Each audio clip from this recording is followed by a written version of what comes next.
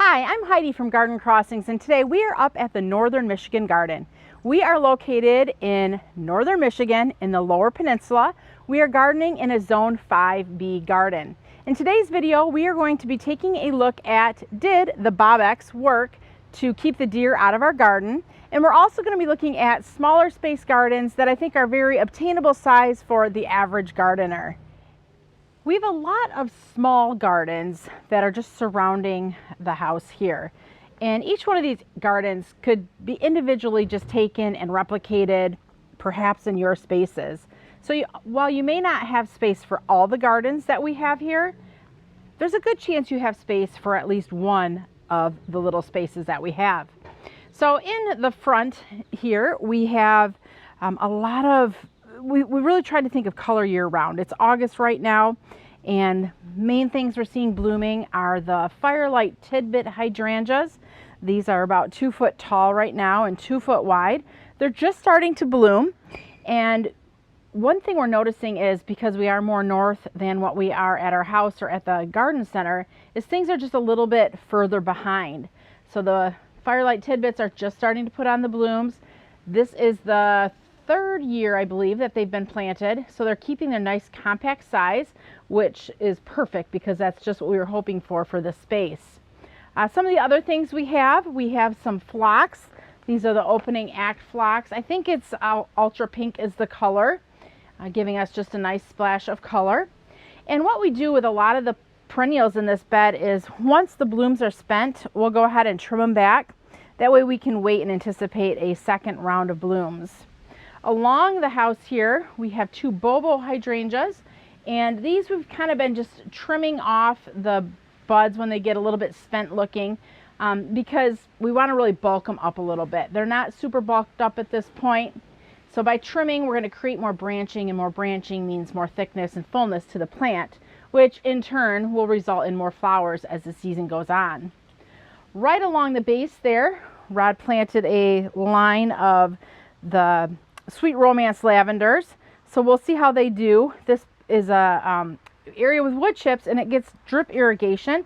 So we might find that it's a little wet for them in this area, but they've been planted now for a little over a month, and they're doing really nice. A few flowers, but really we weren't anticipating many flowers this year. We just wanted to get them in and get them established. That way we'd have them for next year. On either end of the lavender, he planted, see that chartreuse plant there? That's a bleeding heart, and then he did one way at the other end too. That will give us some beautiful spring color, but even when it's not blooming, it's got great chartreuse foliage and looks just really nice in this garden. When planting, we want to think of all the seasons, right? So we have, this is the Polemonium Heaven Sent, which was blooming in the spring. Done flowering now, but great texture and great foliage. We also poke some annuals in this bed because I think annuals are an important piece to incorporate in. We use annuals, perennials, and shrubs in all of our garden beds. And the reason why we think annuals are important is because the annuals always give you a constant splash of color, even when your perennials are cycling through for their time in the season. So we have some sun patience in here, which is that lavender you're seeing, along with some lemon coral sedum. That's just lining the bed, and that's got great foliage. Even though that will never flower, it's really beautiful foliage in this bed. We're going to also just take a look here at these cone flowers, and this is just a small little space, maybe 4 by 5 or so. And my intention with this space was to have essentially only cone flowers in this bed, and they are doing beautifully right now. There are a few things Rod has tucked in. Right up front, he put a few of the Dianthus Paint the Towns because the coneflowers only started blooming about 3-4 weeks ago. So this bed really doesn't have any color in it until midsummer. So a few of those Paint the Town Dianthus give us early season color. And then he also planted a little grass, and I'm going to have to apologize because I don't know what it is, but just a little grass in there just to give a little, I don't know, whimsy flair into this bed. But I really love how this turned out with all of the cone flowers, the various colors, and it's just a beautiful little mass and splash of color. Make our way around the front here. So this bed really did not have much deer damage, so we didn't have to worry about, we did spray everything with the Bobex, but we didn't have to worry too much about the deer coming in this area and reporting any damage to you for this space. Kind of coming in from a different angle, we have some anemone, so that will be later in the summer blooming. You can see the buds are starting to form there. These here were the Daisy May Shasta daisies, so he went ahead and trimmed all the spent blooms off of those, and we're already seeing some new buds kind of tucked down in there. So these will be blooming again later in the summer, which will be really nice. And then there's also a few corbels in here, which the corbels give a consistent splash of color when other things aren't blooming. And then right along the deck there, you'll also see another row planted of the sun patience. And that's, again, just for some consistent splashes of color in this garden bed. So this one's doing really well. No deer damage to report. And mix of annuals, perennials, and shrubs. Small space, maybe 8 foot by 10 foot or so. Lots packed into there for lots of great color. All right, let's cross over here. The next little space, this space gets a little bit more shade, and we put a container right there in the corner.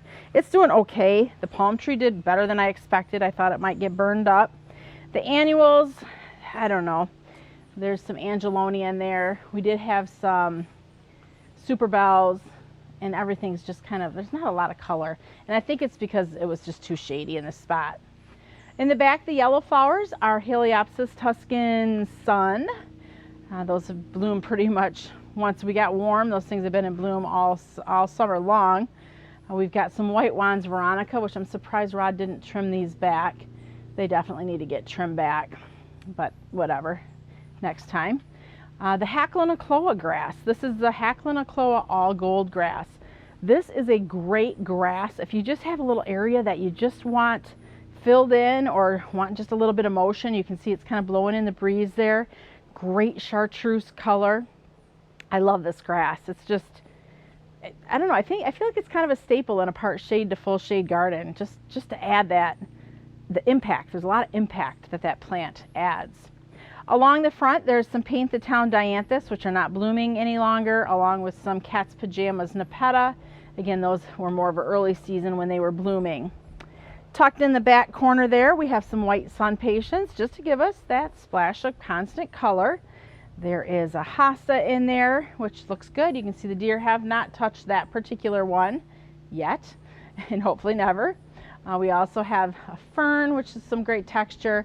So really kind of keeping in mind more of the shade to part shade plants when we did this little nook and cranny in the garden. Making our way through, this was just recently done in the last month, and these are just little pocket gardens. So little spaces that Rod, was pretty intentional about trying to use deer resistant part shade plants. So let's take a look at what he did here. Don't mind the boards. We got a decking project that we're working on, and you'll see that shortly. So what he used here, he used some Bernera, Queen of Hearts, King of Hearts, some more Hydrangea grass, along with some Heuchera. It's Mahogany Monster, that dark one. And then this one is, I think it's Citronella, the lime green. So just kind of filling in that space with plants for shade that the deer shouldn't touch. As we cross over the path, one thing we've noticed is that the Rose of Sharon, even though they're a full sun loving plant, they have done quite well in part shade areas, and it's a plant the deer don't love. So along the back border here, we did, what do we have? 1, 2, 3, 4, maybe 5 of the Azuri purple, and Azuri purple. We'll put the name up if I'm saying it wrong. I'm having a brain block there. But anyways, these are really short right now. They're only maybe 8 inches tall, but they're going to get up to 8 foot tall. So that's going to create kind of a nice little background border, create some privacy from the neighbor's lot there as those plants mature. And then in front of them, while we're waiting for them to fill out and mature, we have some Bernera, some Heuchera, some Pulmonaria. Rod just kind of repeated back and forth with those various plants. So those are all deer resistant plants, and they give color even though they're not flowers.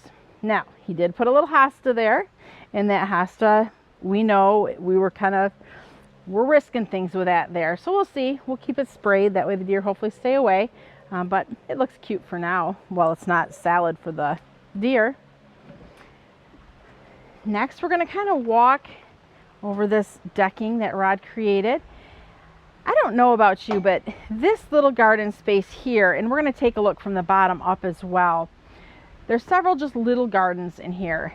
And again, little spots, little gardens that I think could be replicated, or at least the plants used by many gardeners.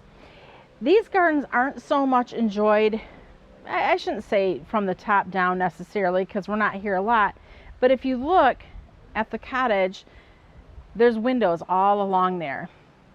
So if we're inside looking down upon these gardens, that's where we're really seeing the most enjoyment, is from the top looking down. So what do we have in these spaces? Right now, I'm going to just focus on this one that's closest to us. We have the heuchera, along with some Heckenacloa grass. And I think that's pretty much just kind of what he repeated. Oh, there's a little bleeding heart there in the corner, so that will be for some spring color. But just really kind of creating a border. This is only about 12 inches deep by about 8 inches wide. So just a little space, but I think that the texture and the color there of that grass really is very complementary there to those corabels. All right, so we will be heading back down to these gardens shortly, and we'll talk about the plants that we are seeing in these spaces. Before we take a walk down to the lower tier gardens, let's take a look here up at the road. So this is the most accessible place for the deer if they were going to come to browse, and things are doing good. We have the white sun patiens that are lining the bed here, and they're all looking very nice. We have a lot of grass up here as well, because grass is deer resistant, and it adds a lot of structure and motion to the garden when it's windy. Right now it's really still, but the grass is looking really nice. This is zebra grass. It's got kind of that splotchy, speckly look to it, which gives it a little bit of character. We also have lining here behind the sun patiens some Rebecca. They're still blooming a little bit, kind of starting to fade and fizzle a little, but they've been in bloom for probably a good 4 to 6 weeks now. The beautiful splash of chartreuse, that's the Aurelia Sun King, and the deer haven't touched that at all. So this little area here has done quite well and is looking really quite nice. Stepping across the drive, again, we've got a lot of grasses going on. There's some Ravenna grass, more of that zebra grass, and that's just really giving some structure and background to this garden. The annuals here don't get a lot of sun, so some of them are starting to kind of fizzle out. The petunias are looking a little tired. The nemesia, they've done great all summer, but they're not getting enough sunlight to really keep going. You can see there's some lemon coral sedum and some lobularia, and that continues to just kind of tick along here and is doing pretty good. Cleome is looking nice. Some more sun patiens. Lobularia, the violet night, and the, I think that's snow princess. Pulmonaria, which is a great deer resistant perennial. Irises, good early season color. Also, we've got the begonias here. These are the cherry cordial begonias. And one thing that's interesting is the ones that are really close there to the grass, they are getting less sunlight than what these are. And there's quite a size difference just because of how much sun they are or are not getting. And also there's a lot of color difference too. So the ones that are getting more sun have a little bit more burgundy to the leaves, where the ones that are a little bit more shaded are more that deeper dark black. We do have a couple hydrangeas tucked in. That's Invincible Garnetta. And we're just, this year we're doing a lot of trimming on them because they're not really getting so big. So we want to keep trimming to get them branched up, bulked up. That way they'll have more flowers hopefully next season. So sometimes you have to sacrifice your blooms just to kind of bulk a plant up. Got some more Senorita there. And then this side here is really just a mirror image of the other side. Little Lime Punch, in addition to that Garnetta, are the hydrangeas that we have in this area. And this hydrangea is only about 18 inches tall. And I think it was planted last year. So I don't know, we keep trimming. We want to get it nice and bulked up so we'll have a nice tall and thick and branched plant with lots of flowers once it does take off. Some Daisy May, pretty much spent blooms, and making the way around. Some more of the Cleome, the Senorita Rosalita. These are the Bubble Bath Alliums, which are huge, huge flowers. Really light. The thing that I noticed the most that's kind of difference between these and like Allium Millennium or Allium Serendipity, these have a lot larger flowers. They're not quite as vibrant, and there's not near as many of them as well. And the plant's a little taller. So preferred by me would be the Allium Millennium or Serendipity if I had to choose. Coreopsis is also another great plant for deer gardens that would have deer pressure, because the deer really don't touch them. There's a rabbit. I just saw it kind of tuck in there. So there is some nibbling going on by the rabbit on a few things, but really even so with the rabbit in here, I'm not seeing a whole lot of damage going on. All right, let's go ahead and take a look at some of the other gardens. Making our way down our driveway, which is very steep. We have some little pockets planted along the side of the house here. This is the Heliopsis Tuscan Sun, which I think looks great up against that blue siding. And then the Allium, these are Allium Serendipity. So you can see how they are a little bit smaller flower, but a lot more flowers and a little bit more bold color as well. There's some Heuchera tucked in there along with some Pulmonaria. Again, just trying to keep some color in this space all season long, from early season to late season. So maybe you have a little garden, a little space.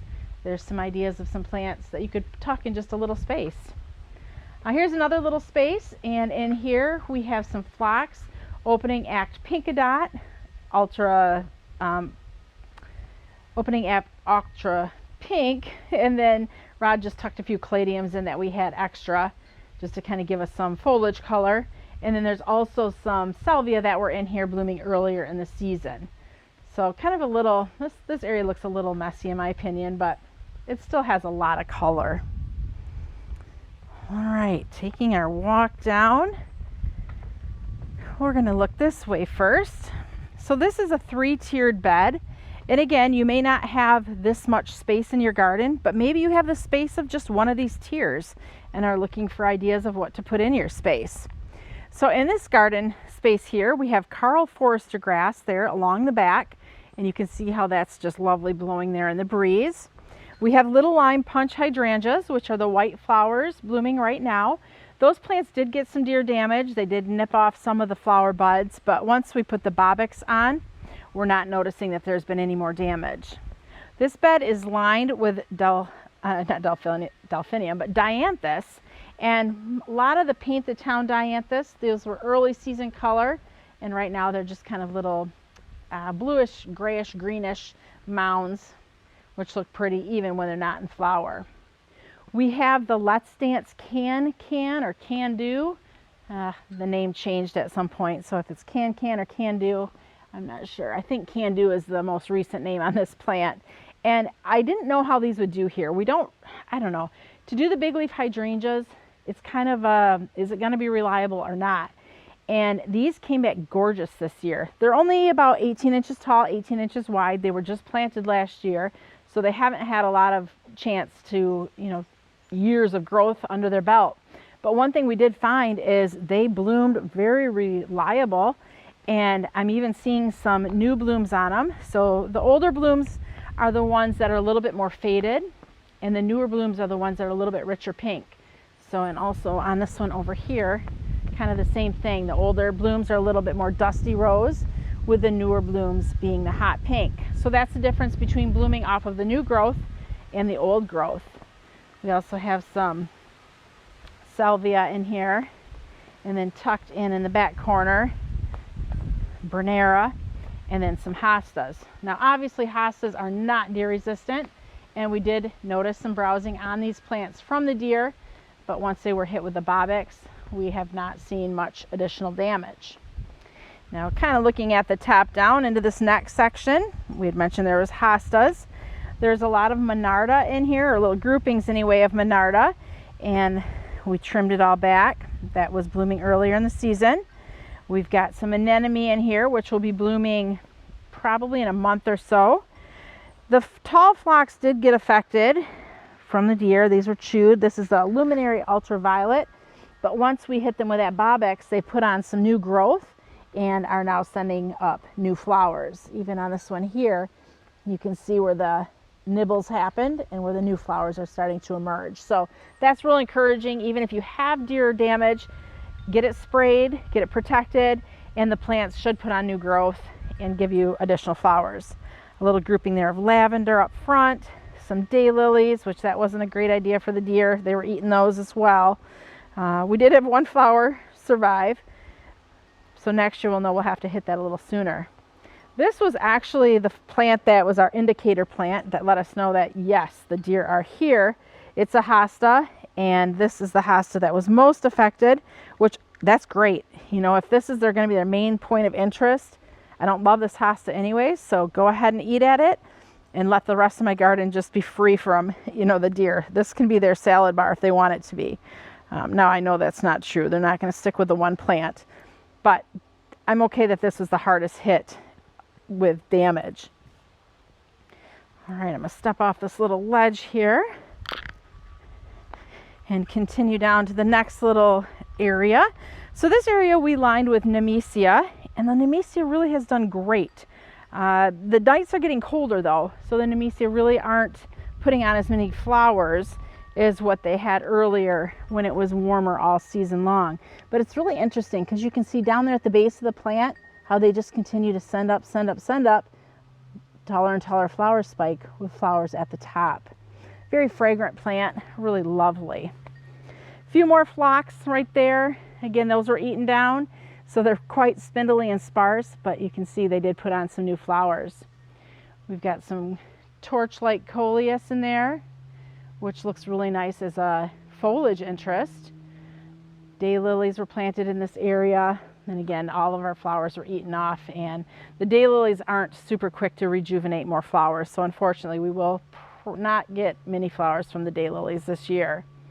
Here we have a lilac crush hibiscus, and this one I'm going to be watching. I'm going to be curious to see if the deer touch it. They are deer resistant, but last year the deer did kind of nibble off some of the buds. So right now we've got quite a lot of buds on the tips of all of these branches. So we'll kind of watch and see how that does as the flowers and the buds kind of ripen and get a little bit bigger. Some balloon flowers, that purple plant down there, that really did great with a lot of flowers this year. Balloon flower don't typically do well in my garden. They don't come back. So we'll see if that comes back next year, but it's just kind of a fun, whimsy looking plant. All right, stepping down onto the grass. Here we have a little, I think this is the Pennisetum, ooh, which one is it? Desert Plains, I believe. Oregano, drops of Jupiter, blooming nicely. We've got a sedum tucked in there in the back, which is great for fall color. Geranium Roseanne, that has just done fabulous all summer long. This is one of those long blooming perennials that just continues to go all summer, is the Geranium Roseanne. Here we have a nice cluster of annuals. We have the Sun Patience white and the Sun Patience red. And then behind it we have the Salvia to give kind of that red, white, and blue look here under the flagpole. And then we also have some Argyratum for some more blue color. And then over in this corner here, some more Argyratum, some more geranium. Now this geranium is not as long blooming as that Geranium Roseanne, but it does have some nice foliage texture. Some nice Tiarella for color. Hosta's tucked in there. And then Rod did plant some lupin and hollyhock just recently. So those look kind of like they were just planted, because they were. But I do feel that in August there's a lot of beautiful color, but the gardens do also tend to feel like they are getting just a little bit tired. Not all areas of the garden, but definitely, especially if you're not good at deadheading or trimming out any dead plants or trimming them back, things just get kind of tired looking. And that's, I don't know, I think it's just all part of the process, right? We're going to head on over to the butterfly garden next, and the butterfly garden has done fabulous this year. It's a little bit past its peak. The Asclepias, or the milkweed, was blooming a couple weeks ago or so. There's a few tropical milkweed in the back there that are still blooming, so those look pretty nice. The rose is cycling right now. Here is the milkweed, and you can see the little pods are forming now, so those I might collect the seeds from. That way I can plant more milkweed for next year. This area is doing nice. We've got the Lobularia Violet Night in there for a little splash of annual color. Mini Mauvette Hydrangea is past its prime, but still, I mean, the flowers look pretty nice, even though they're a little bit more on the dried side. The Asclepias is just full of monarch caterpillars. Look at that beauty. That's a big one. He's going to be ready to go off in chrysalis soon. Here's another one. We did bring a few caterpillars up from the butterfly house because we just had so many going on. So we thought, you know what, let's bring them into this garden. We tend to find if you bring the caterpillars to your garden, the butterflies will return the following season. So hopefully, I mean, it'll be different butterflies, but I don't know. I feel like they know something about where they came from and where they continue to go. So hopefully we'll have even more monarchs up in this area because there's a lot of food for them. So it'd be cool if we could bring more monarchs into this part of northern Michigan where we're at. A few more Asclepias milkweed in there, a few heuchera just for some consistent color. At Last Rose is cycling right now, so not a lot of flowers. Allium Millennium. I feel like that plant just is really a gorgeous plant for this time of year. Just so beautiful. Planted singularly or in mass. Luminary White Phlox is doing nice. Some more milkweed. And then here is the Ajuga that Rod planted a couple years ago to hold the bank because it's a very steep bank, and it is doing fabulous. It's filling in really nicely. You really don't even see any dirt between the plants at this point. And it's an aggressive grower, and it is going to spread, but that is definitely what our intention is for this space, because we really want it to hold that bank back. Because as you can see, it's just a lot of dirt there on our neighbor's side, and that actually has become a deer run. So the deer go from the top up there and just make it down that steep hill to the water. So as that Ajuga continues to fill in, hopefully it'll fill in a little bit towards the neighbors more and just even hold their bank. All right, let's head up to these upper level gardens and we'll go see what's up there. This garden space has turned out so gorgeous. Early in the season, Rod had some annuals planted in here and petunias, and since then he's pulled them out because they just kind of were getting engulfed with all the other plants that we're seeing.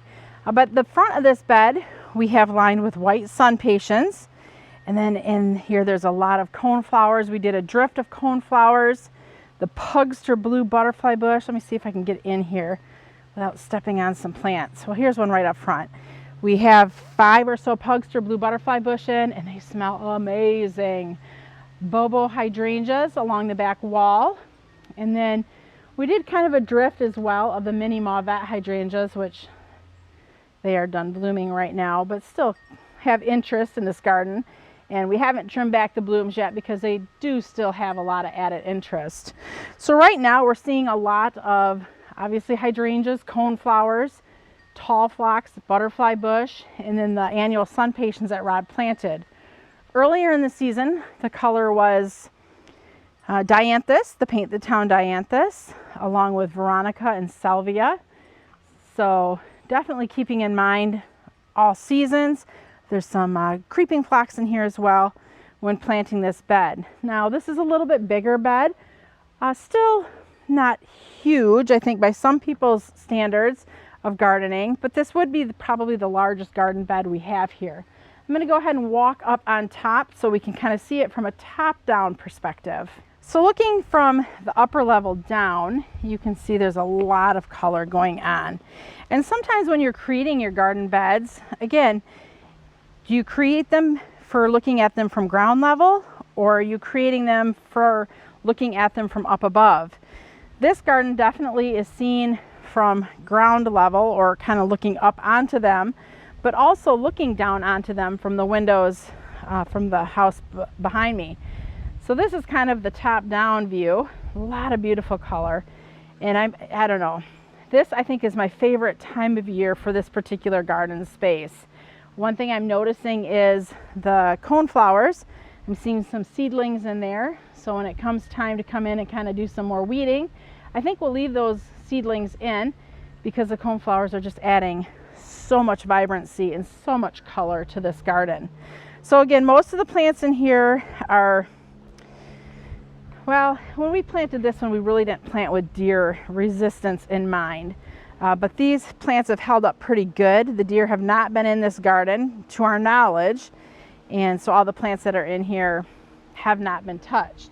We did, though, kind of create a little, I don't know, blockage, maybe you might say. So if the deer were to climb from that side hill onto this space, we put Rose of Sharon there, along with some spirea, which the deer tend not to touch the spirea and also tend not to touch the Rose of Sharon. So as these plants mature and get bigger, hopefully they'll create kind of like a wall. The deer will walk up to them, think, oh, those plants aren't very tasty, not realize or be able to get through onto this space to touch any of these other plants. So the only other way they would be able to get into this area is if they took the driveway in. But from what we've been seeing, that's not the path that the deer have been following. We've got cameras and stuff so we can see when the deer come. Mostly they're coming down this side path here. So we'll see as as years continue to go on if this thought process of creating kind of a blockage here keeps them off this level. So there's 3 more little gardens to show you, and I'm sorry the spaces are kind of weird looking in the video because there's cliffs that are about 4-foot drops, so I have to kind of be careful where I'm standing. So actually, let me show you in front here of this deck we created. This is packed full of bubblegum petunias, which just gives a beautiful border, and especially down from the lake, looking up, this pink really pops. As we turned the corner, though, we changed it to sun patience, not for any particular reason, just that's what we had at the time, and they're doing really fabulous tucked in that little border. So that's about an 8-inch or so wide planter bed that we made by, I don't know how long it is, 8 foot. The front and front's maybe 10 foot.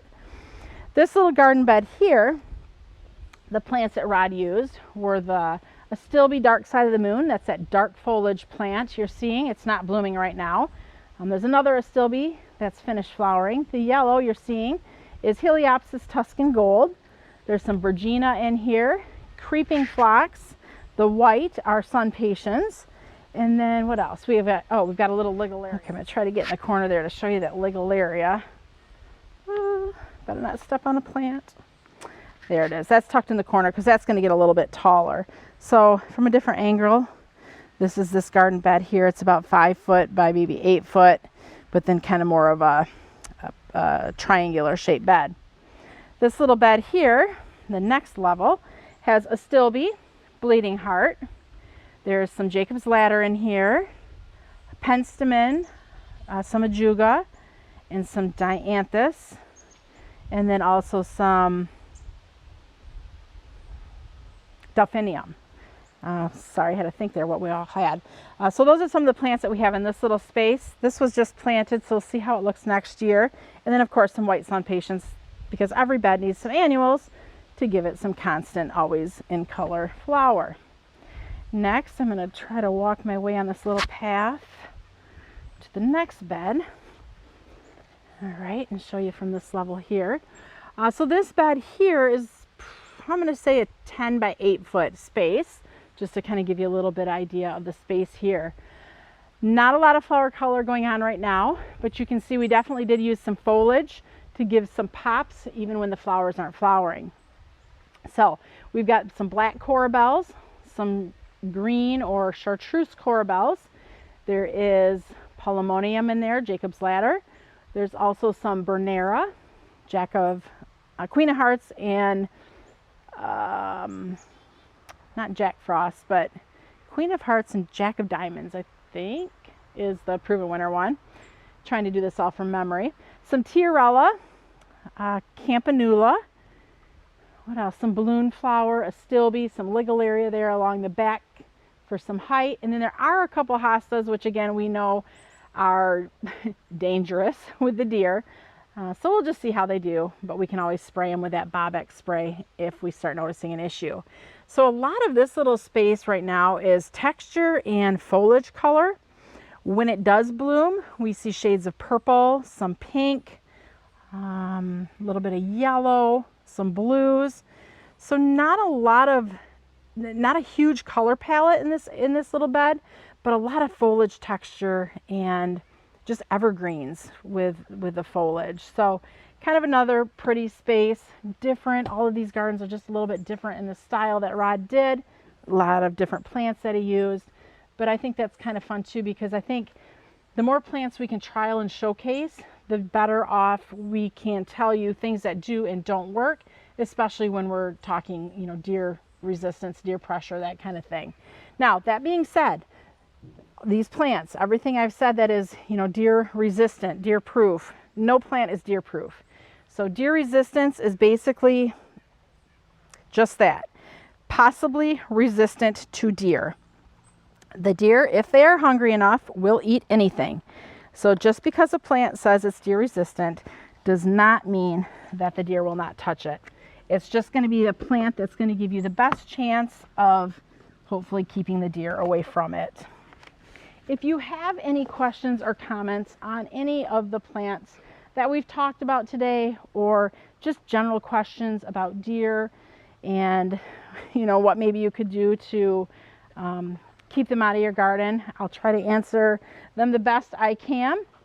If you saw any plants that you liked in today's video, you can head to our website, gardencrossings.com, and order them to be delivered directly to your door. Thanks for walking through the garden with me today. I'm Heidi from Garden Crossings.